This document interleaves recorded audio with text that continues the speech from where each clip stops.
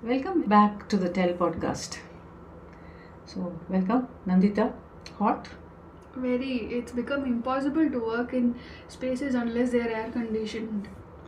Yeah, can't even believe that this is my good old Bangalore city where we never had a single AC. Almost a decade or till a decade or two ago. But then we had the trees, lots of them. Some patches of the city today remind me of some futuristic movies where they show the earth divide of trees. Imagine that. Imagine that we are headed there, right?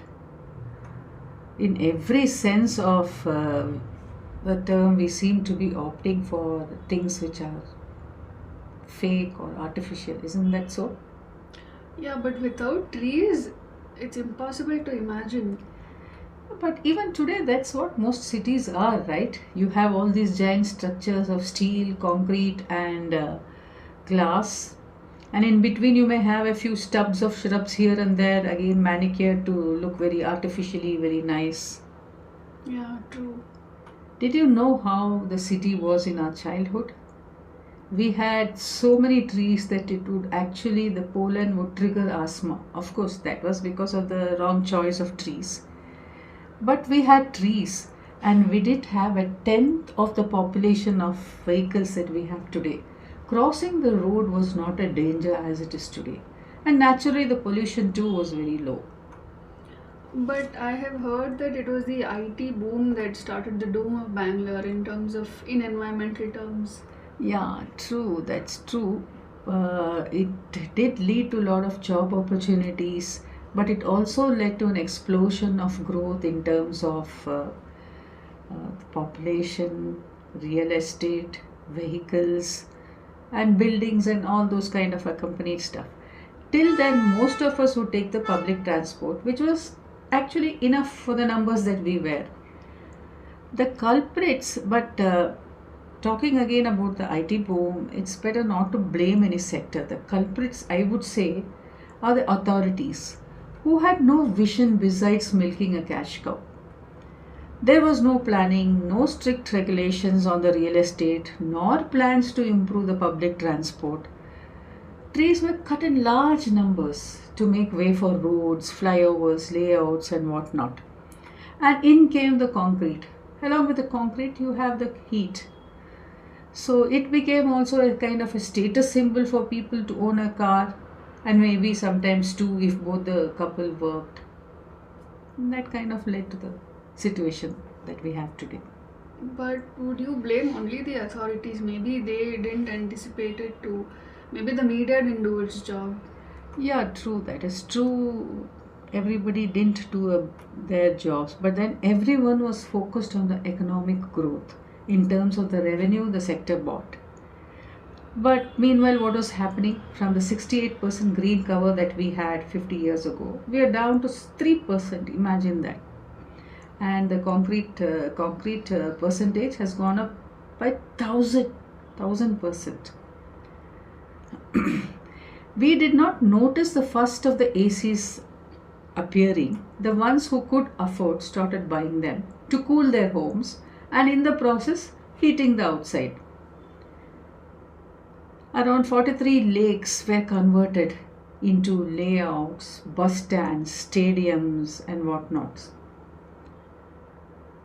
Not only do these lakes cool the temperature, but they also actually help to recharge the groundwater and avoid flooding during heavy rainfalls.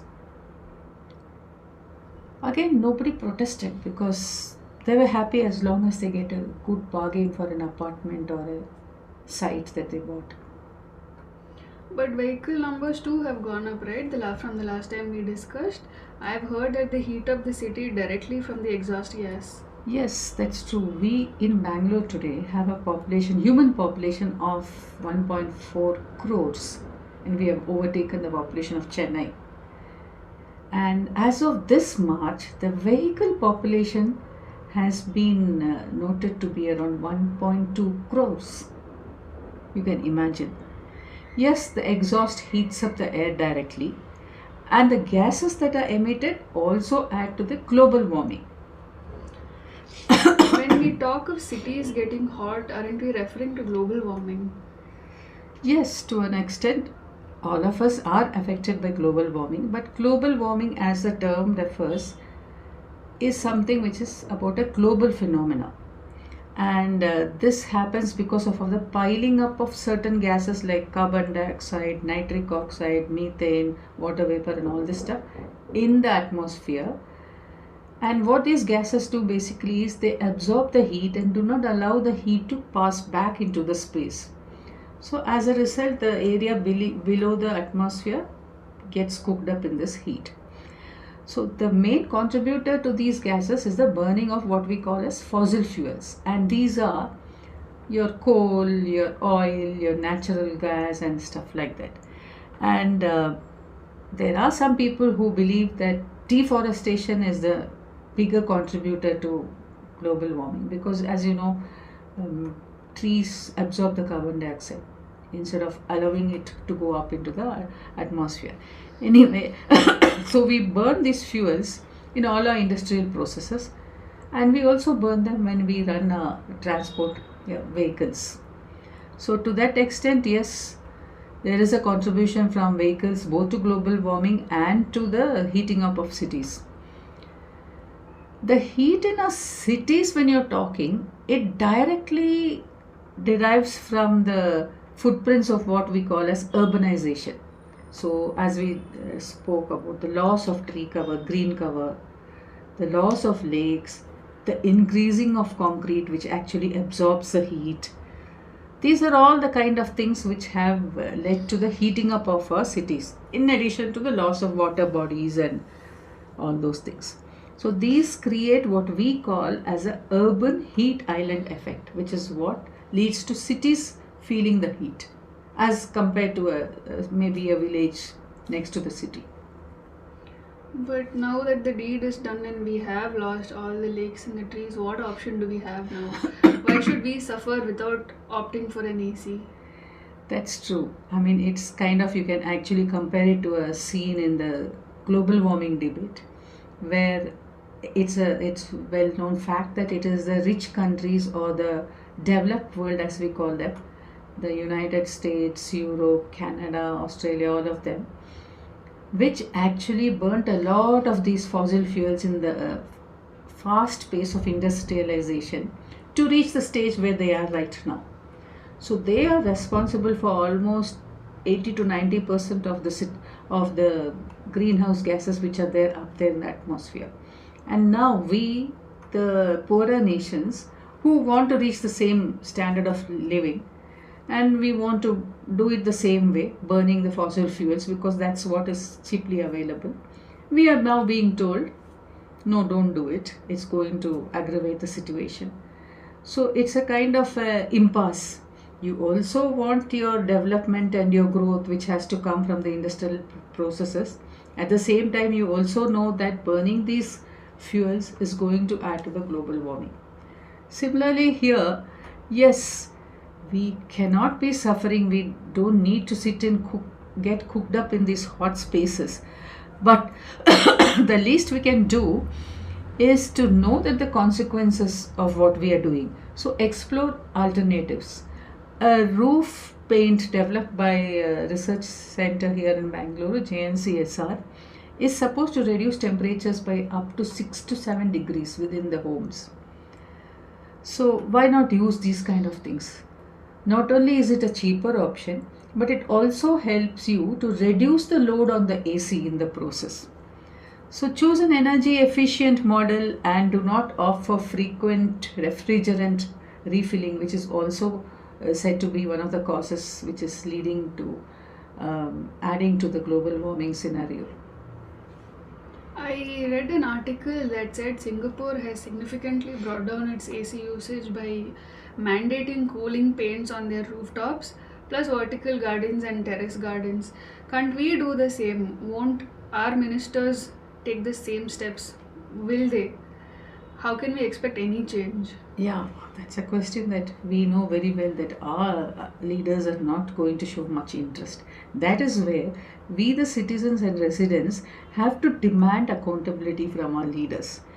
We need to Not vote for those parties that do not take along environmental well-being when they consider economic growth. So each and every one of us must work for the health of our city. That alone will ensure our own health. We must ensure that no more trees, no more lakes, and no more open spaces are sacrificed in the name of development. Be vigilant and ready to do a chipko. You see somebody on the street trying to chop down a tree. You have to be brave enough to go and ask them whether they have the permit, because the law does not allow anybody to cut down a healthy tree. So we need to be very vigilant, and we also need to be proactive and take part in these things.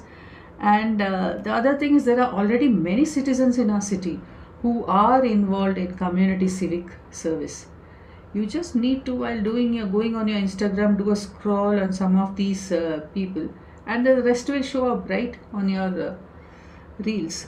So join them, take part in this kind of work instead of just complaining and fretting about the heat rising up in your cities.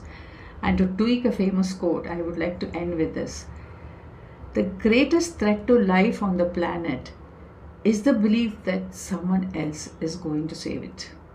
The job is up to us. It depends upon each and every one of us.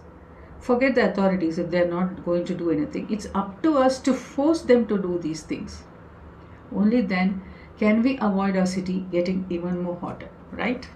Thank you. Thank you, Nandita.